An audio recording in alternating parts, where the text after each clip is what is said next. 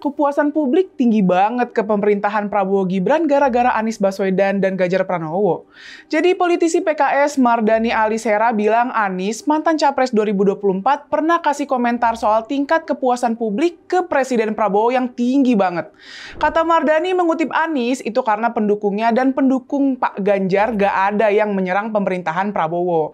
Gak ada kompetitor Pak Prabowo yaitu Mas Anies atau Mas Ganjar yang ngajak pendukungnya buat nyerang. Gak ada, kata Mardhani. Ini suatu bentuk kompetisi yang baik, lanjutnya. Mardhani bilang Anies bangga banget karena tingkat kepuasan ke Prabowo bisa tembus 80,9%.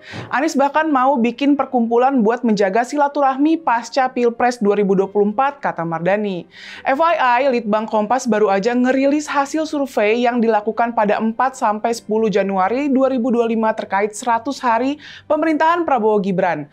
Salah satu temuan menariknya, tingkat kepuasan publik ke pemerintahan Prabowo Gibran mencapai 80,9%. Selain itu, keyakinan publik terhadap pemerintahan Prabowo Gibran juga tinggi, yakni 89,4%. Pertanyaannya, apa benar ada andil Anies dan Ganjar dalam soal tingginya tingkat kepuasan publik pada pemerintahan Prabowo Gibran?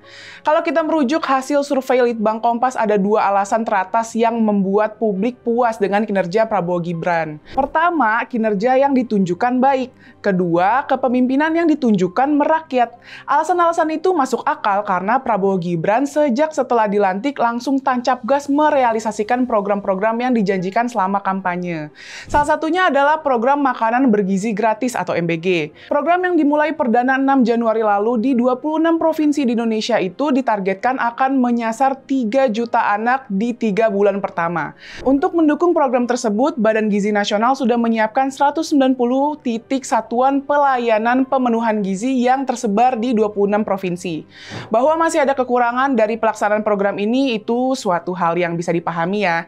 Selain MBG, pemerintah juga berkomitmen untuk menghabisi para koruptor. Pemerintah juga menerapkan PPN 12% hanya pada barang-barang mewah.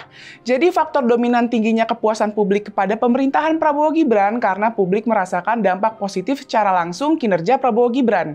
Ditambah isu keberlanjutan dari Presiden Jokowi ke Presiden Prabowo juga ikut menyumbang tingginya kepuasan publik. Dengan kata lain, apa yang disampaikan Pak Mardhani yang mengutip Anies itu nggak ada basis data empiriknya.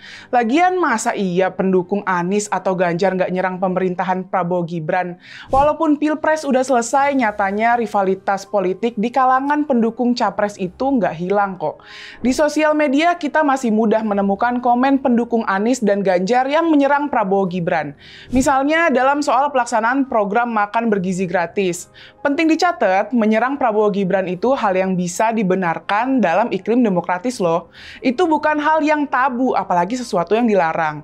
Jadi jangan juga merasa nggak menyerang pemerintahan Prabowo Gibran itu sebagai sebuah prestasi. Justru pendukung Anies dan Ganjar harus menjadi pengkritik terdepan pemerintahan Prabowo Gibran. Supaya program-program yang dijanjikan Prabowo Gibran selama kampanye benar-benar dirasakan oleh publik. Yuk terus awasi kinerja pemerintahan Prabowo Gibran.